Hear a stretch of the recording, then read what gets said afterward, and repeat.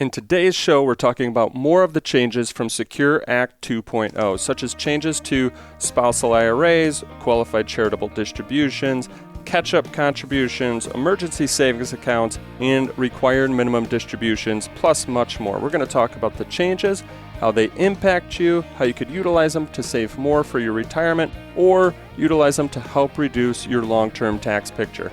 Stick around. We've got a lot of great information for you today.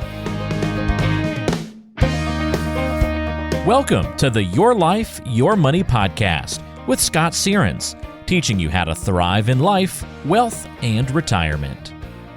Welcome to the Retirement Show, all about your life, your money, and your taxes. I'm your host, Scott Searins, and that's today's topic. Today is part 2 of changes that have been brought to us in the Secure Act 2.0, a recent bill that was signed by President Biden, including the Secure Act. And so we're going to talk about ways that it impacts your money, ways that it impacts your taxes, and how can you take and make benefit of these new rules that are out there. And the overall, all of these could have a huge impact on your life. As you know, my goal is to help you thrive in life, wealth, and retirement. So before we just dive into that, if you haven't yet, sign up for our insiders list. Again, you can go to lifemoneyshow.com.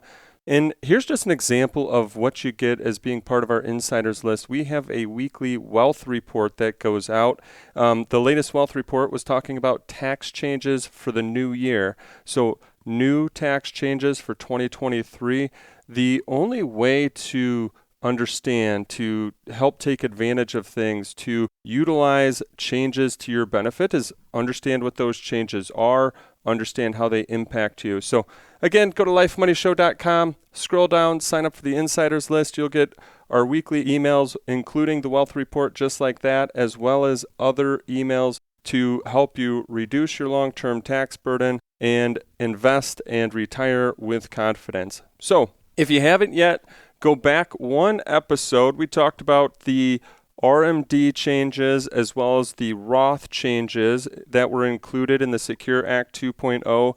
And today we've got a lot more changes to discuss. We've got new rules when inheriting an IRA. We're going to talk about QCDs, catch-up contributions, emergency savings accounts, as well as more RMD rules that we didn't cover last week. And then if I know our audience here are people that are in or approaching retirement, but maybe you have kids or grandkids going to college. If so, you want to stick around to the end as we'll talk about some of the changes in Secure Act 2.0, how your kids or grandkids could utilize those changes to help pay off their college debt. So with that, let's get started. The first change that I want to talk about this week is the new rules in regards to a surviving spouse inheriting an IRA. Now, that's a difficult conversation, right? Because we never want to think about our spouse or somebody that's close to us passing away. However, it's important to know and be prepared when those things do happen. Now, existing rules would say, let's just say we've got Bob and Jane, and I'm going to say, you'll see why, but let's just say Jane is age 72 and Bob's age 65. Well, let's say Bob passes away. Now, Bob's younger here, right? So Bob passes away, and then Bob had $1 million in an IRA. So now Jane has decisions of what she's going to do with that IRA. So previous to the Secure Act 2.0, what Jane could do is she could take that IRA and roll it into her own IRA. So rather than have two of them, she just takes that money, she rolls it into her IRA.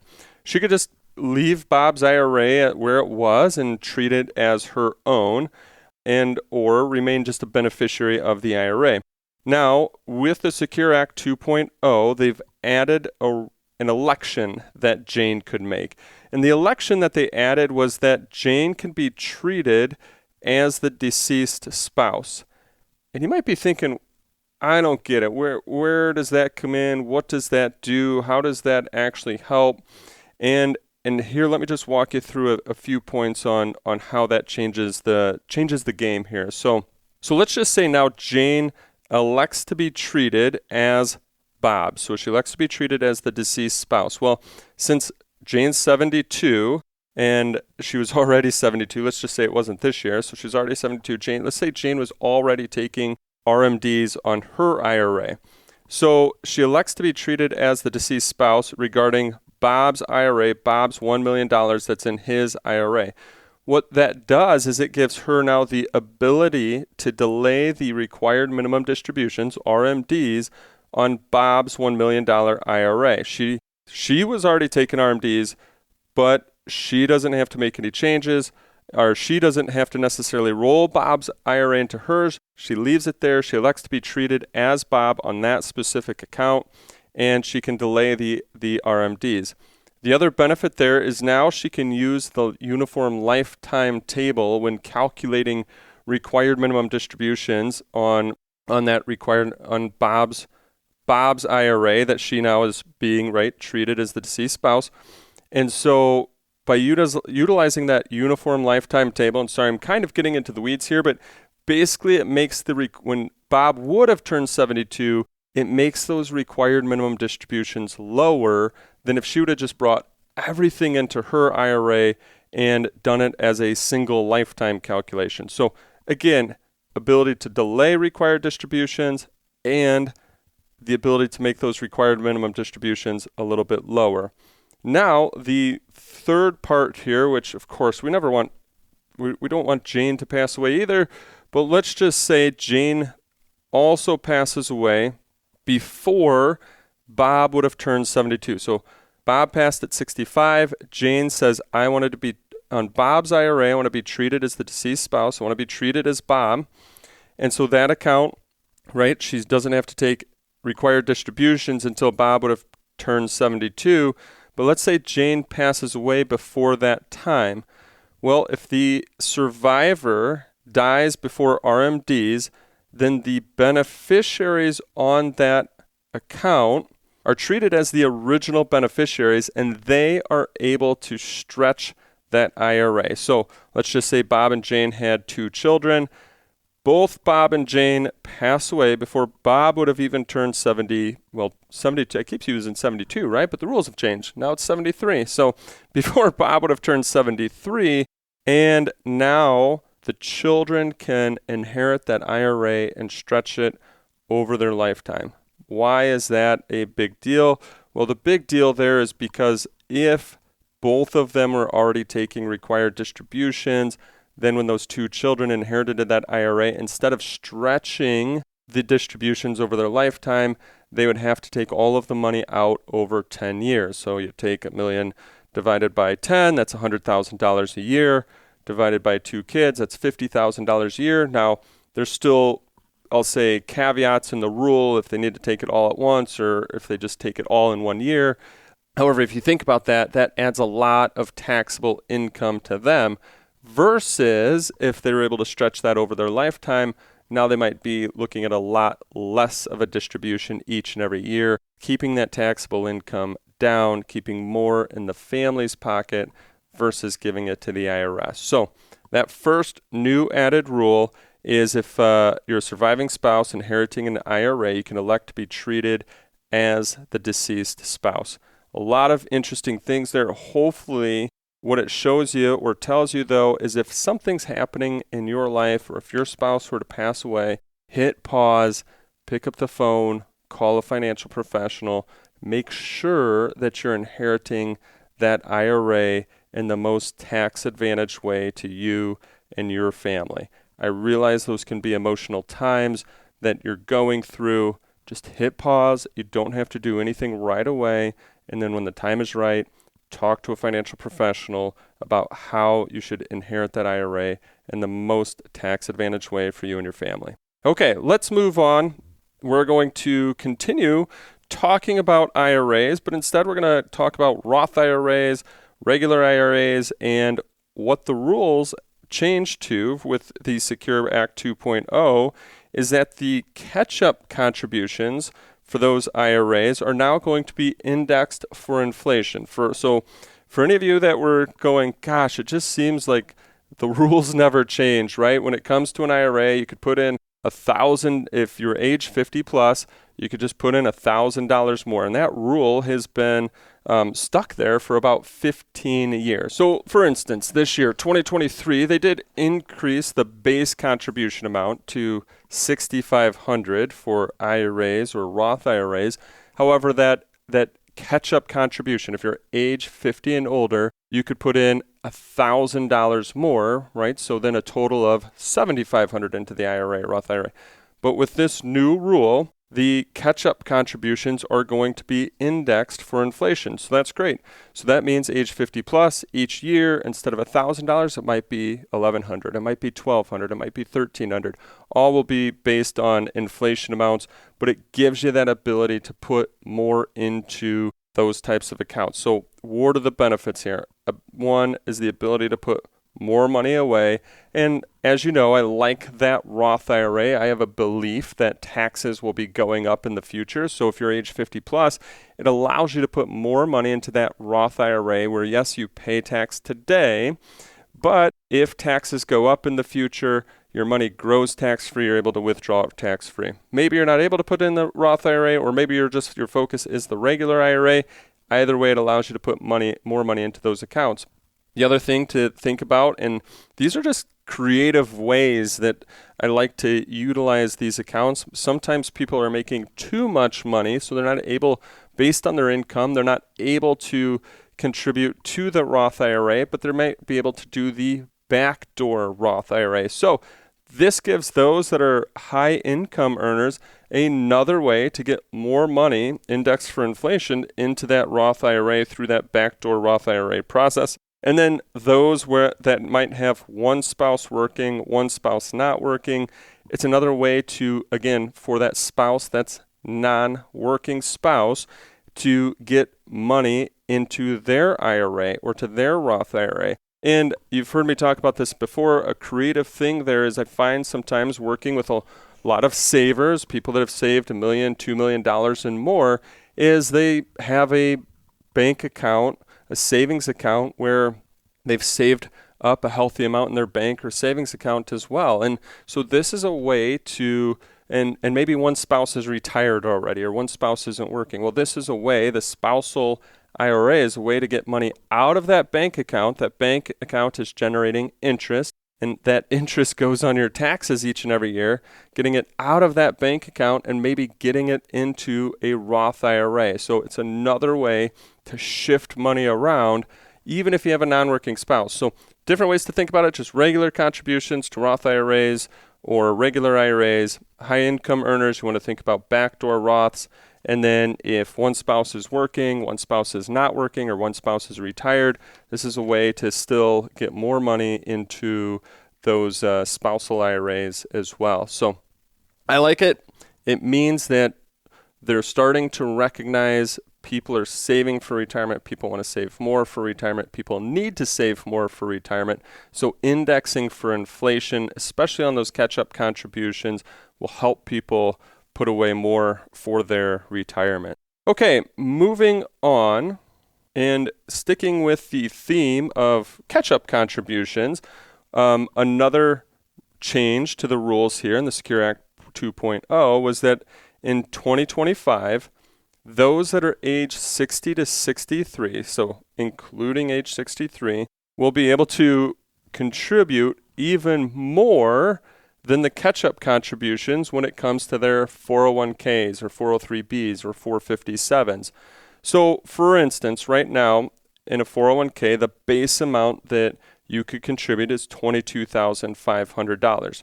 For those age 50 plus, they could also contribute an additional $7,500. But then what this rule adds in is that those that would be age 60, 61, 62, 63, why they left out 64 through 70, I have no idea. But for those age 60 through 63, what the rule adds, so starting in 2025, is that your catch-up contribution could be the greater of $10,000 or 150% of the regular catch-up contribution. So for instance, again, the base was $22,500. Prior to this rule change, somebody at age 60 could put in an extra $7,500. But now with the rule change, $7,500 times 150%, they're actually able to contribute an additional $11,250. So if you're a person who's maxing out your retirement accounts, you want to continue to put in the maximum that you can. Maybe you're trying to help lower your taxes. Maybe you're trying to get the money into the Roth to get that tax-free growth and future tax-free income. Whatever it might be, make sure that when 2025 comes, you're going to your employer, you're increasing the percentage, you're making sure that you're maxing out what you can put in your 401k, 403b, or 457 account. So hopefully you find that one to be of value and benefit. I can see how it will be. I know a lot of clients that are maxing out their 401ks, and this will be something where they're able to help reduce their taxable income even more while saving for their retirement. The next item here goes to talk about qualified charitable distributions. So I know in our previous episode, we talked all about the required minimum distribution age, and that age went from 72 to 73. Now, the qualified charitable distribution in the past, rules ago, was kind of tied to the RMD age. However, even though the RMD age continues to go up, the qualified charitable distribution age, or QCD, stays at age 70 and a half. And the rule change here in the Secure Act 2.2 was that starting in 2024, that the max amount that you could do with a QCD of $100,000, they're going to start to index that for inflation as well. So a lot of rules added to continue to index different amounts for inflation. I think that's a great thing. Amounts have probably stayed flat for way too long, or IRS just kind of bumps them up here and there. And why not make sure everything's going up each and every year for inflation, especially on these things, right? These are QCDs, charitable distributions, IRAs, 401ks. All of these items are items where we're able to help save for our future. They should go up with inflation. They should go up every year. So glad to see these changes in the Secure Act 2.0. Hopefully you are as well. Now, speaking of required minimum distributions, let's stick on that for a second. I know we talked about a lot of the age changes last time when it came to required minimum distributions. In today's episode, I want to talk about another RMD rule change, and it's actually in regards to the penalties on RMDs if you fail to take it. So, for example here, in the past, let's just say you had a required minimum distribution that you needed to take of $50,000. Well, if you failed to take your required minimum distribution, RMD, there'd be a 50% penalty on the amount that you failed to take. So if you failed to take all $50,000, your penalty that you would owe to the IRS is $25,000. On top of that, they're still going to tax you on the total $50,000. It's like a double whammy. However, starting in 2023, the new rules relax that penalty that are on the RMDs. So, again, in the event that you failed to take your RMD, the penalty has been relaxed from 50% down to 25% of the amount that you failed to take. And if you get it rectified in the corrective window, and I should have said this from the beginning, I'm going to link to an article in the show notes, lifemoneyshow.com. Again, there's going to be an article there that we'll link to in the show notes that covers all of this in a whole lot greater detail. And they're going to talk about the corrective window there. But if you rectify it in the corrective window, then your penalty reduces down to 10%. So still want to take your RMDs. Nobody wants to take and pay a penalty to the IRS. However, at least they're reducing those penalties a little bit. I think that they do find people do take the required distributions, and a lot of times it's just by mistake or error that people accidentally fail to take them and are, scrambling the next year to make sure that it all happens. So again, still we make sure in our I'll just say kind of a good practice. Here's what we do with our clients in our year-end planning and tax strategy meeting, which we do in October. We're also reviewing to make sure that everyone is fully taken all of their required minimum distributions. Now, if you're managing your accounts on your own, make sure you set your own timeline to make sure that they are taken. But that's what we've found helps the most, is setting a timeline to help and make sure that it gets done.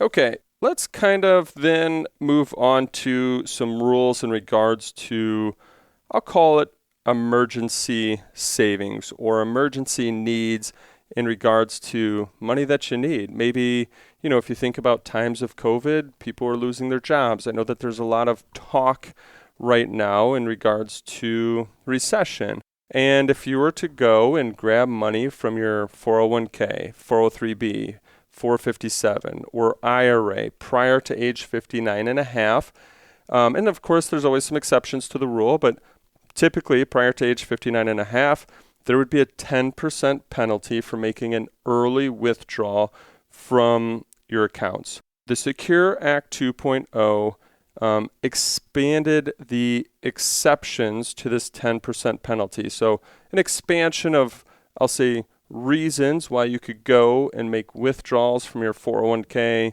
403b, IRA, Roth IRA without having to pay that 10% penalty. I'm not going to go through the whole list, but if you want to see the whole list, it's in the article. I don't have a lot of clients that are utilizing these exceptions or need to go to their 401ks, but hey, things happen. You never know what's going to come up in life.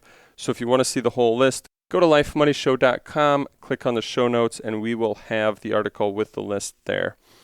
The other part of emergencies and the reason why people are going to their 401ks is because they don't have an emergency fund. They don't have enough money sitting in their bank account, their checking, or their savings. And you've heard me talk about this many, many times. Folks, if you haven't yet, get a reserve fund. I like to call it reserves. Sometimes people call it rainy day. Sometimes people call it an emergency account. Doesn't matter what you call it.